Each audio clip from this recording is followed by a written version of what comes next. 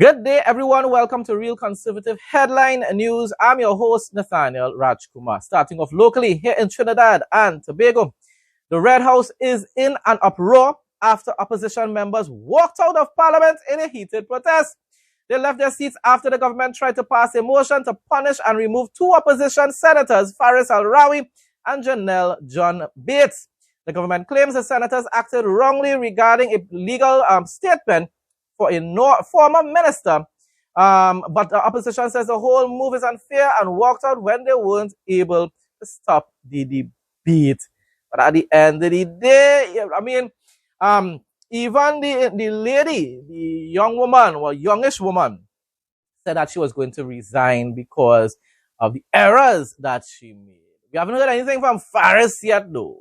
What Faris? Matter of fact, I think Faris said that he was the Elsing's lawyer or whatsoever. I don't know. The thing about it is, if there's evidence, sufficient evidence to show that they committed serious offenses, then the government has to do what they need to do, take appropriate action. My response: the same PNM patriots who used to condemn the UNC for walkouts while in opposition are now defending Penny's actions. If hypocrisy was a political party, it would be the PNM in TNT and the DNC in USA. Not just PNM here, though. Telling you, the DNC as well in America. One of the biggest hypocrites in the entire world. If there's sufficient evidence to prove that both senators are guilty of misconduct in public office, then they should be removed. As I said before, I don't know. Government says it has evidence, and if it has, present it, and let's see where it goes from there. PNM patriots don't seem to be showing any outrage over the fact that the inexperienced woman appears to be taking all the blame. She's taking the fall for the scandal on her shoulders. What going on with all your PNM?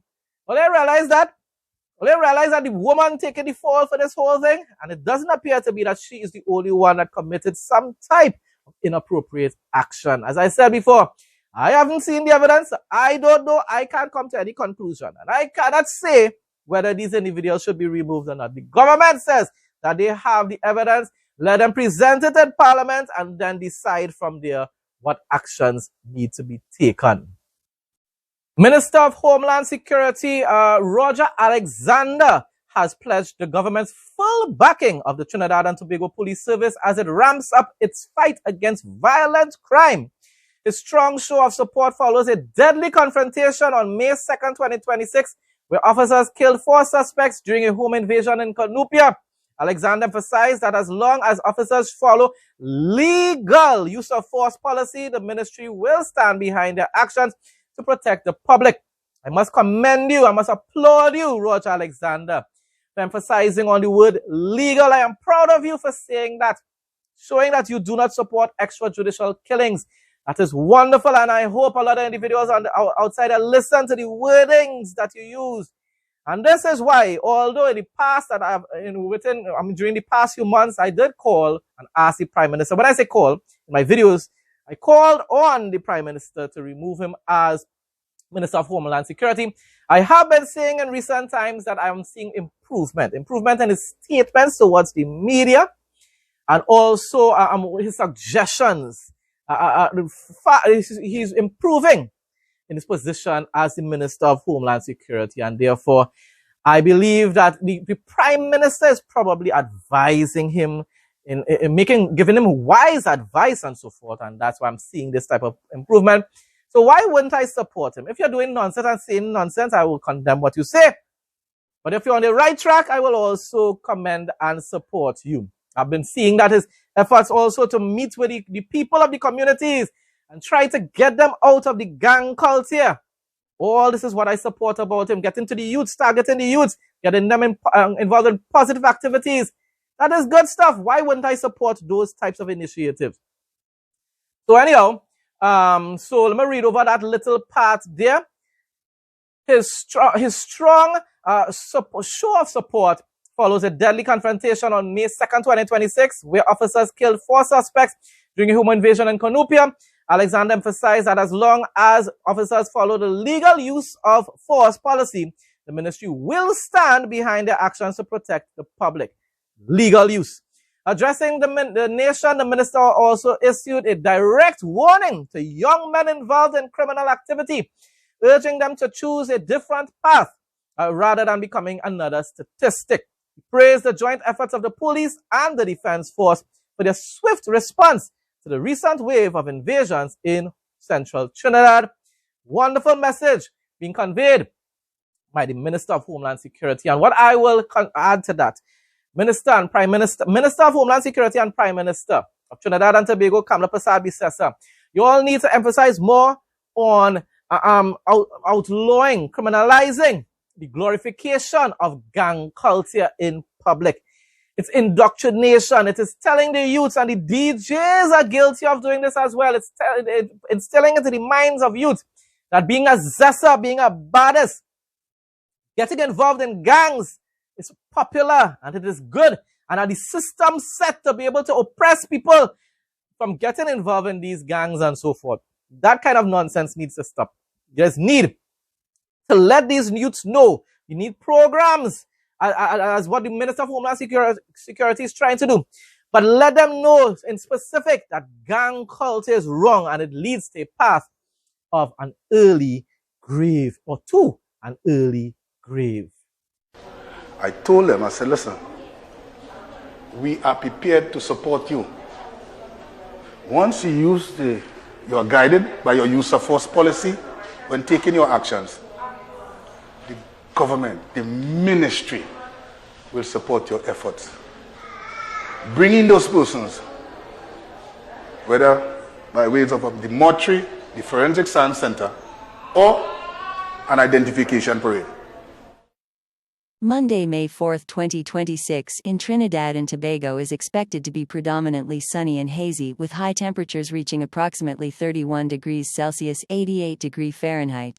Breezy conditions will persist throughout the day, and while the morning starts dry, there is a chance for isolated light showers or passing cloudy patches by the afternoon. Key weather highlight sheet and humidity. The maximum temperature will be around 31 degrees Celsius (88 degrees Fahrenheit), but the Trinidad and Tobago Met Office indicates a heat index, feels like temperature, of up to 34 degrees Celsius (93 degrees Fahrenheit). Saharan dust. A mild concentration of Saharan dust is present, which will contribute to slightly hazy conditions across both islands. Marine conditions. For those heading to the coast, seas are expected to be moderate, with open water waves reaching between 1.5 meters to 2.0 meters. UV alert. The UV index is expected to be high 8, so sun protection is strongly recommended during the middle of the day.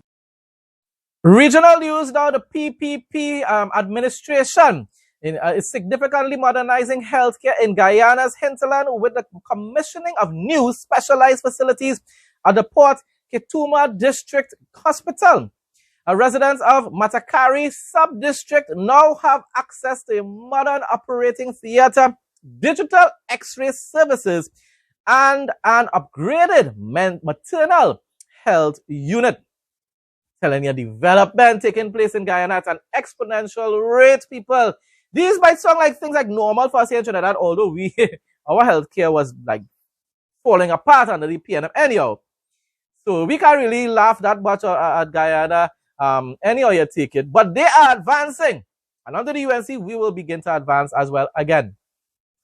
These improvements drastically reduce the need for remote patients to travel to Georgetown for essential surgical and diagnostic care. To further support expectant mothers from distant villages, the hospital now includes a dedicated maternal waiting home to ensure safe deliveries. Minister of Health Dr. Frank Anthony emphasized that these upgrades are part of a national strategy to close the gap between urban and hinterland medical services. By decentralizing advanced technology and surgical capacity, the government aims to provide equitable, high-quality healthcare to every region, serving everyone in their country. People, I keep saying this over and over again. The Irfan Ali administration seeks to serve the citizens who even support the opposition parties, just like how the UNC in Trinidad seeks to serve PNM supporters, even though PNM supporters don't like them. The Christopher Martin Foundation and Hyundai Jamaica have joined forces to support Region 4 students recovering from Hurricane Melissa. Christopher Martin, wonderful reggae artist, sometimes sings dancehall as well, but does not promote gang culture. At least I can't ever remember any of his songs promoting violence and gang affiliation and so forth. The partnership recently provided over 600 stationery kits to schools like Barrett Town Primary, specifically targeting students preparing for critical PEP and CSEC examinations. This initiative aims to ensure that academic progress remains steady despite the widespread destruction caused by the storm. Jamaica is still in recovery mode, people, and they need the help of the international bodies and organizations. By coordinating with the Ministry of Education, the foundation is helping to equip displaced learners and ease the financial strain on families in the hardest hit areas. This effort is a key part of the broader national recovery, using private sector support to bridge the gap while school infrastructure is being rebuilt. The government of St. Vincent and the Grenadines is slashing business registration times to a new 5-day target to foster a more competitive investment climate.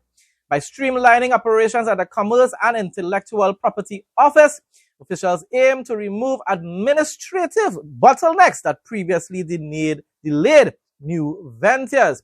This move signals a commitment to efficiency, making it easier for both local entrepreneurs and international investors to launch projects. International investment will be really wonderful for much needed foreign revenue.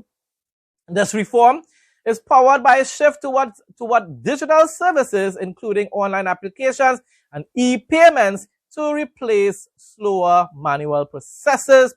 These improvements are timed to support major economic initiatives such as the residency and citizenship program slated for mid-2026, later this year. By reducing red tape, the administration expects to significantly boost the nation's ease of doing business, ranking, and stimulate long-term growth. Telling you, this new administration in St. Vincent and the Grenadines is doing a wonderful job, unlike PNM's party affiliate in that same country. You can see it, the type of propaganda pushed by that other political party. Nonsense. Yeah, definitely one of PNM's close friends as a party. Minister Gregory Nichols is leading a Barbadian delegation to the Second International Migration Review Forum in New York from May 5th to 8th. The event serves as a global platform to review the Global Compact for Migration and address emerging challenges to human rights and regional stability. During the assembly, Minister Nichols will outline Barbados' national strategy for managing safe and orderly migration. You see how the Caribbean cares about immigration and stuff like that, but they don't want America to care about it, do they? The double standards. The mission arrives as Barbados introduces Immigration Bill 2026, a key reform aimed at stabilizing the island's shrinking and aging workforce. By engaging in this high-level dialogue, the government seeks to align its domestic policies with international best practices. This participation is vital for shaping regional cooperation and the forum's final Global Progress Declaration. FNM East Grand Bahama incumbent Kwasi Thompson is questioning his opponent, Dr. Monique Pratt, over an alleged distribution of Crown land documents to residents. Sounds like trouble there, but who knows? The laws in Bahamas or whatever could probably allow that to take place. The move, which was caught on tape, followed Pratt's remarks at a PLP rally where she indicated she had access to documents from Prime Minister Philip Davis to distribute. The alleged action has drawn criticism, with Thompson arguing that Crown land belongs to the Bahamian people, not politicians to hand out like candy. But if they're handing it out to the citizens of the country, I mean, what do you want them to do? I mean, it sounds strange. It sounds strange. It doesn't seem as though it was illegal. So, I'm alone to tell. All I know right now is real bacchanal taking place in Bahamas during that election season. Tell me why Crown land is seemingly being handed out not from administrators, not through the government or government officials, but at political meetings by political candidates. But here's the jokey part about it. So I asked someone who was at their political meeting, what did you get in that envelope they were giving out? And they were calling people's names. They were even calling the dead people's names. But that's another story. I asked her, what did you get in this envelope? She said, I got a copy of a document that I received the original for months ago. So what they call my name for? So FNMs, let me make this clear. Crown land does not belong to the PLP. Crown land does not belong to any political candidate to be given out like candy. International news now, the Ivanpah solar power plant, backed by Obama back in the days, is at the center of a costly standoff as California regulators fight federal efforts to shut down the underperforming site. Despite billions in federal support, the facility has consistently missed production targets and relies on natural gas to stay open. This leaves taxpayers in a bind. Shuttering the plant could strand massive debt, while keeping it open forces ratepayers to subsidize electricity that is far more expensive than modern alternatives. While state officials argue the plant is essential to meet surging power demand from AI and data centers, major utilities are already moving to cancel their contracts. So how reliable is it really? Critics have labeled the project a financial boondoggle due to its technical failures and environmental impacts. It appears to be adversely affecting the environment, and usually the left cares about the environment, at least supposedly. As the debate over its future intensifies, Ivanpah highlights the growing struggle to balance grid reliability with the fallout of outdated green energy investments. Having said that, or having read that, unlike most of my conservative friends, I do believe in balance. I do believe in supporting investment into renewable energy, but also we must continue to rely on non-renewable energy, like within the oil sector, the oil industry.